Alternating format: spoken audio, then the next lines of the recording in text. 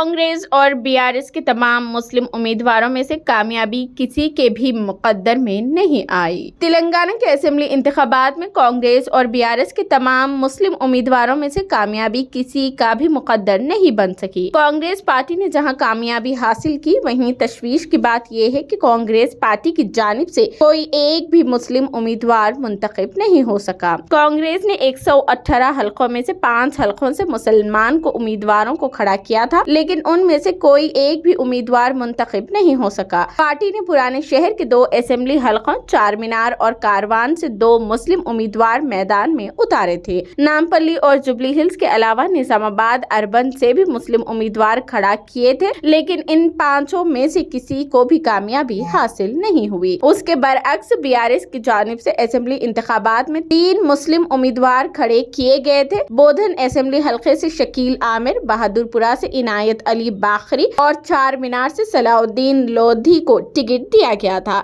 लेकिन बीआरएस के इन तीनों मुस्लिम उम्मीदवारों को भी शिकस्त हो गई है। वहीं दूसरी जानिब तेलंगाना असेंबली इंतखाबात में कुल हिंद मजलिस इत्तेहादुल मुस्लिमीन के 7 अरकान असेंबली के अलावा एक भी मुसलमान किसी भी सियासी जमात से मुंतखब नहीं हो सका।